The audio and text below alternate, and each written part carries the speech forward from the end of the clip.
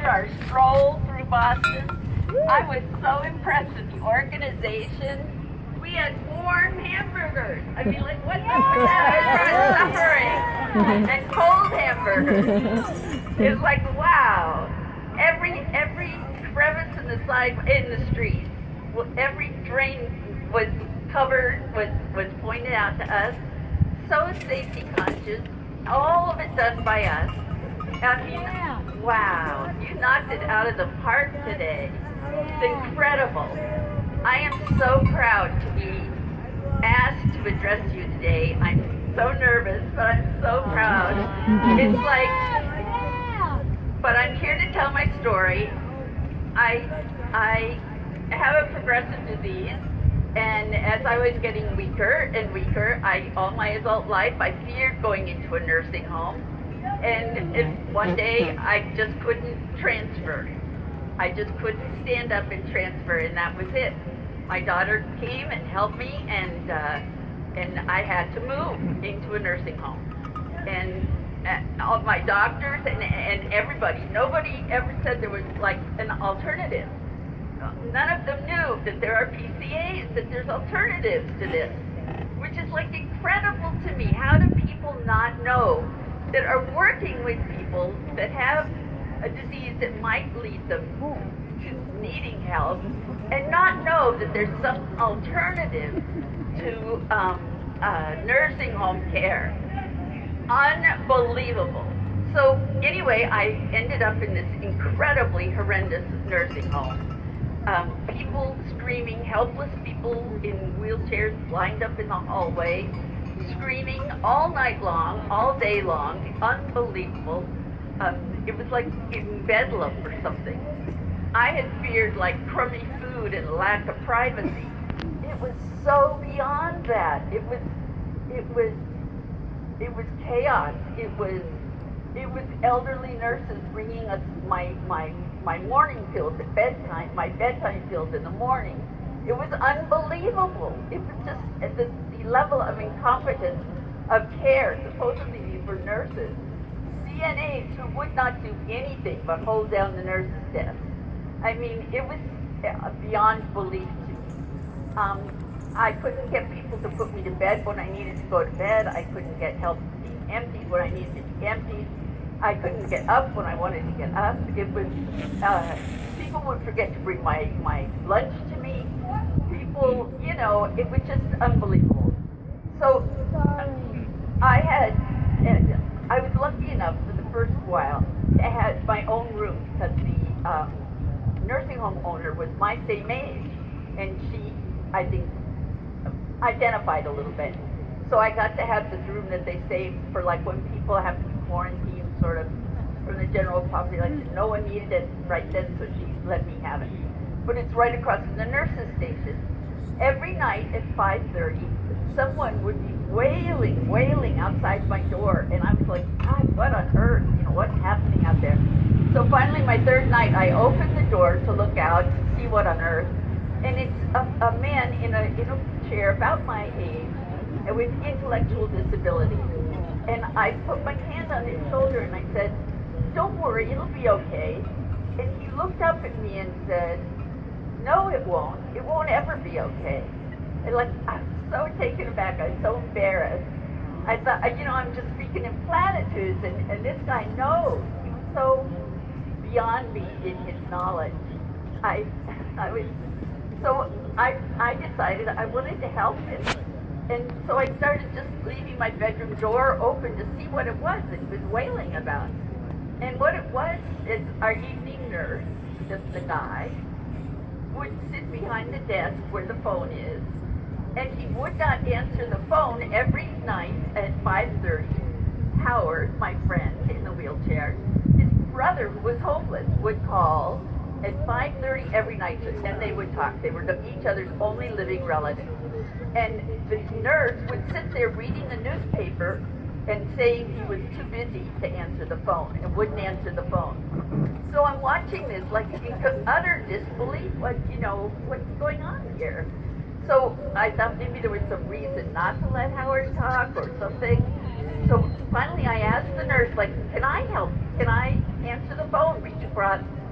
I could pick up the phone and say hello and give Howard the phone. He said, absolutely not. And then he started answering it for Howard.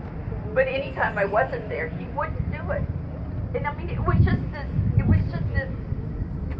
meaningless cruelty,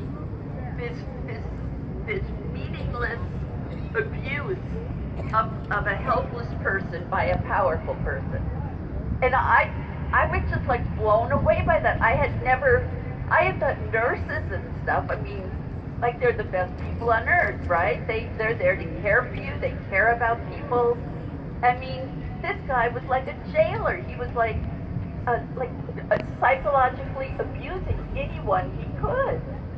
Then I noticed that at about 8 o'clock, he would put his Bluetooth in, and he would speak in Haitian Creole for 3 hours into his phone, and I kept wondering, what on earth? I mean, like, is this his mother he's talking to, or what's the deal? So finally I asked one of the aides, and she said, it's lucre. And I said, what's that? She says, money. And I said, what do you mean it's money? He sells real estate on the phone for the last 3 hours of every shift.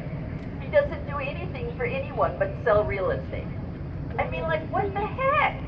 All these people, a whole floor full of people, desperate for help, completely underserved, completely understaffed with CNAs and nurses, and he's selling real estate by phone. Unbelievable. So finally, eventually, well, Howard, unfortunately, we got Doobie fired. Finally, he got fired, which was a wonderful thing. And we got decent guys in there who knew they had to answer the phone for Howard, which I was so proud of, that I had actually accomplished a little something. So I went out to commemorate the 1-year anniversary of my having to go into a nursing home, that I had survived a year of this. And I came home and found out that right after Howard had spoken to Bobby, he had had a massive brain aneurysm and had died right in front of the elevators. There had been a nurse who was specialized in emergency room care that came up in the elevator and opened to the scene. So we got the best care as instantly as possible. She didn't work there. She was coming to visit someone, but he got the best care, but he died.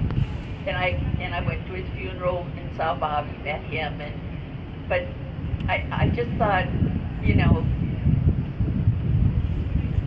that Howard had suffered this cruelty, this meaningless, stupid, wasteful cruelty when there was no reason for it. There was no shortage of. The man was, the nurse was right there to answer the phone. He was just reading the papers.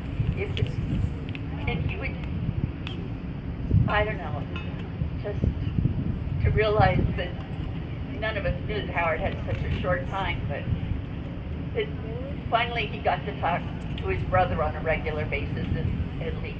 But then I moved to another nursing home. I thought it was going to be much better if everybody was in a power chair like me. A lot of nursing homes won't take people with power chairs because they're worried about that you're going to hurt other people. And also they don't want people there asking for power chairs and wanting to go out and do things. You know, they don't want them free. They want them in manual chairs that a lot of them can't handle. So, but anyway, so this one, everyone's in a power chair. I thought I was finally with my people. You know, this was supposed to be, it was the #1 in the state. So I went there. I was so relieved to finally be in this wonderful, beautiful facility, brand new, lovely, except the CNAs never worked. They just didn't do anything. My first day there, my roommate, at 3, I came into my room and her head had fallen against the railing, the side railing of her bed, and she was in pain. And I tried to push it up. And I wasn't able to. So I ran out to get her CNA. They wouldn't come. They said they would be there eventually. They would work down the hall methodically. They wouldn't come. So I mean, it continued on. It continued on. The cruelty, the meaningless. I don't know what it is in that kind of an atmosphere. It seems to be like the prison atmosphere where it just brings out the worst in everyone. I mean, they've done those experiments, and like we have to just free our people. That's the only choice. There is. I tried 4 different nursing homes. There is not such a thing as a good nursing home. All we have to do is free our people. They belong in their communities, where they can contribute to their communities. They belong to have the freedom to make their own choices, to live their own lives, and to have their power back. To make their own choices, good and bad. As we stroll down here, we pass the old Massachusetts State House, where I believe John Hancock read for the first time the the Declaration of Independence for America. And I just was so inspired thinking that here we are in the home of our country, of the movement that led to our country. We are here to celebrate the independence and the strength of our people, and to free them finally from the bonds of nursing home supposed care. They are prison camps. People are failing in there. People give up living. People die, wither up and die from the cruelty. And we have to free our people. Thank you so much.